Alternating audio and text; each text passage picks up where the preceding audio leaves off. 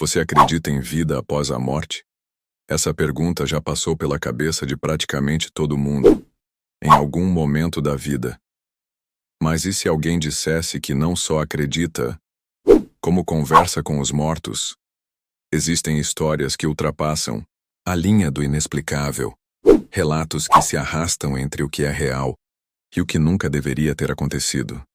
Hoje você vai conhecer uma dessas histórias.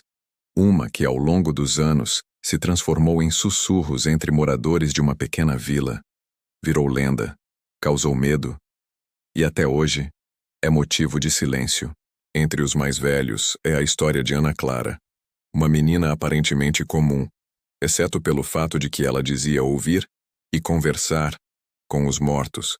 E o mais perturbador, tudo o que ela dizia se confirmava. Inclusive, mortes que ainda não tinham acontecido. Depois de anos ouvindo e pesquisando relatos como esse, aprendi que algumas histórias simplesmente não podem ser explicadas. Mas isso não impede que elas deixem marcas profundas. A partir de agora, prepare-se para mergulhar numa narrativa sombria, baseada em fatos que ainda hoje dividem opiniões. Ana Clara nasceu em uma cidadezinha esquecida no interior de Minas Gerais, um lugar onde todo mundo se conhece, onde os sinos da igreja ainda marcam o ritmo dos dias e onde as histórias se espalham rápido, principalmente aquelas que desafiam o natural. Filha de mãe solteira, Ana foi criada pela avó, Dona Hilda, uma senhora rígida de olhar firme, religiosa até os ossos. Era daquelas mulheres que não precisavam levantar a voz para ser temida, bastava um olhar, e qualquer criança sabia que era hora de se comportar.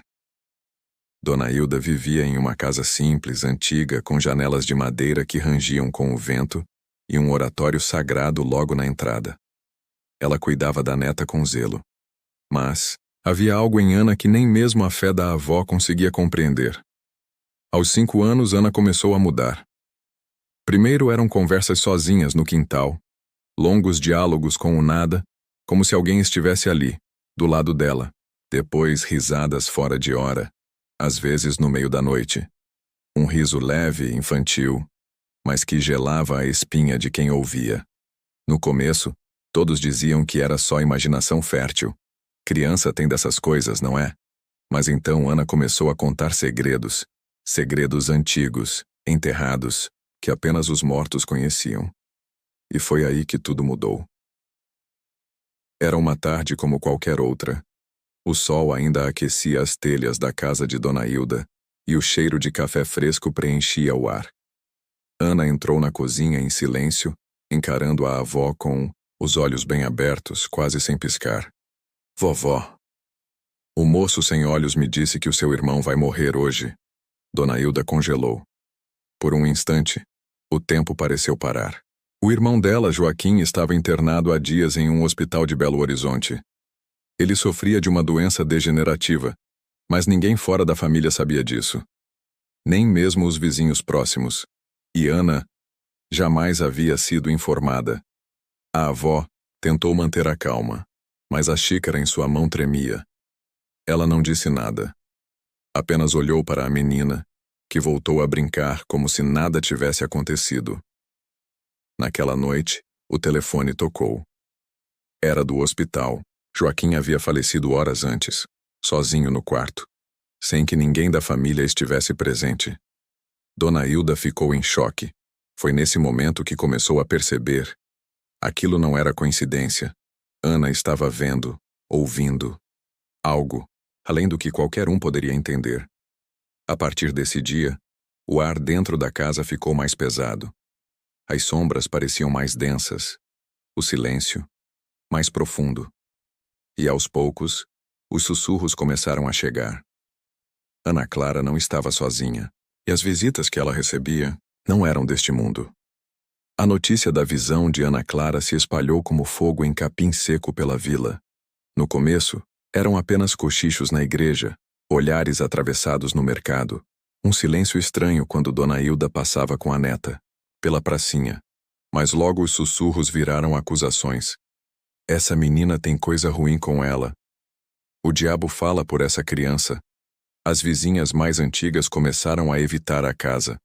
cruzavam os dedos quando viam Ana pela janela. Alguns pais proibiram os filhos de brincar com ela. Mas havia algo curioso.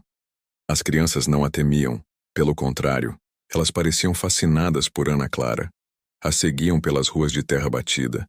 Sentavam ao seu redor como se ouvissem histórias invisíveis. Riam das piadas que só ela contava. Era como se ela tivesse um magnetismo silencioso, hipnótico. Dona Hilda, desesperada, tentava esconder a neta. Proibia que ela falasse sozinha, brigava quando a via rindo com ninguém. Mas nada funcionava. Quanto mais tentava afastar Ana das vozes, mais próximas elas pareciam estar. E então veio a decisão, que mudaria tudo: procurar ajuda, na fé. Foi numa manhã nublada que Dona Hilda decidiu levar Ana até o único padre da região, o velho padre Estevão. Um homem de poucas palavras, mas muito respeitado. Dizia-se que já havia lidado com coisas que a ciência não explicava.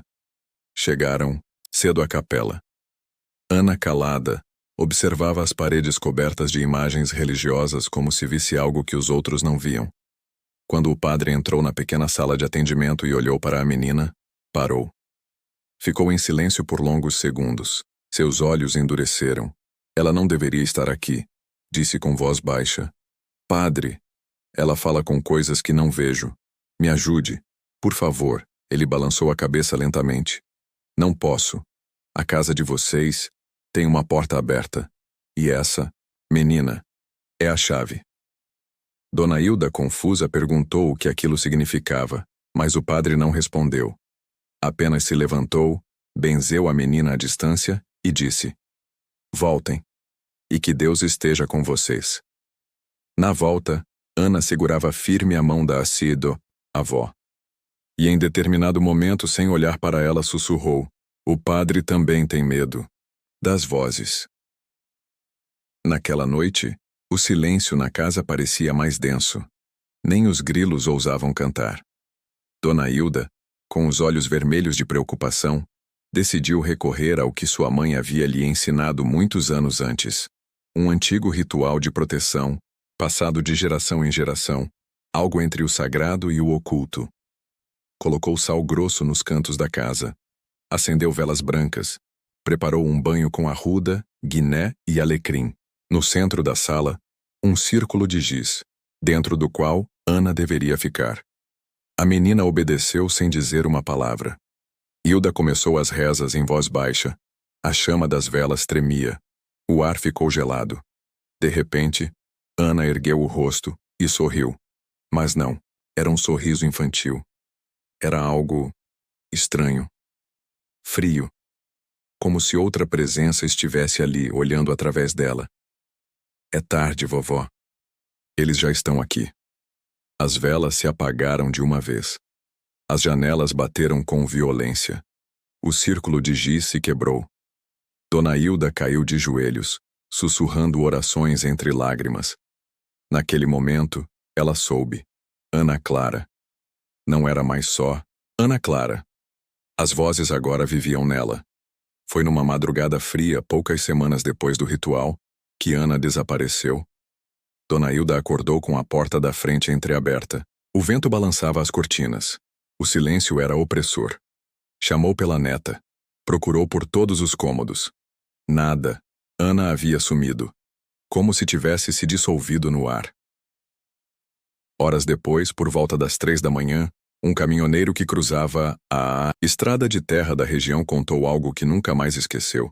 Ela estava lá, no meio da pista, vestida de branco, os cabelos longos cobrindo o rosto. Ele freou com tudo. As rodas cantaram no asfalto irregular. Jurava ter sentido o impacto. Desceu, desesperado, certo de que havia atropelado uma criança. Mas não havia nada. Nenhum corpo. Nenhum sinal. Somente uma brisa fria. E um rastro de pegadas pequenas na poeira, que paravam no meio da estrada. A polícia foi chamada. Cães farejadores, buscas, voluntários da vila. Todos procuraram por dias, sem sucesso. Ana Clara nunca mais foi vista. Mas a estrada Desde então nunca mais foi a mesma. Hoje, anos depois, os moradores da vila ainda sussurram sobre Ana Clara. À noite, alguns juram ouvir risadas infantis vindo da beira da estrada, onde ela desapareceu. Outras pessoas mais céticas dizem que é apenas o vento. Mas quem mora por ali sabe que o vento tem uma tonalidade diferente naquela estrada. Às vezes, até hoje, pessoas que viajam pela estrada à noite relatam ter visto uma figura.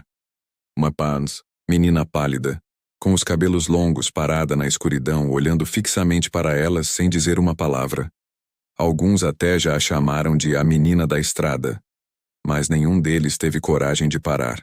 E quem sabe há algo de bom em não saber o que ela quer. O que se sabe é que Ana Clara não é apenas uma história da vila. Ela é uma presença. Algo que ainda caminha entre os dois mundos. E quem a viu, nunca mais a esqueceu. E então, a pergunta que nos fica é: será que Ana Clara realmente existiu ou ela é apenas mais uma história da vila, criada pelo medo e pela imaginação coletiva? Os que acreditam dizem que ela estava apenas atravessando a linha que separa o mundo dos vivos e dos mortos. Algo que talvez nem mesmo ela compreendia completamente. O fato é que, onde há mistério, há sempre algo inexplicável. E às vezes, o que nos parece ser uma história qualquer é na verdade uma advertência silenciosa de que existem coisas além do que podemos ver. A história de Ana Clara nos lembra que a linha entre os mundos não é tão definida quanto gostaríamos de acreditar. Talvez ela seja mais fina, mais tênue, mais próxima de nós do que imaginamos. E quem sabe, em algum lugar, Ana Clara ainda caminha, esperando que alguém descubra a verdade.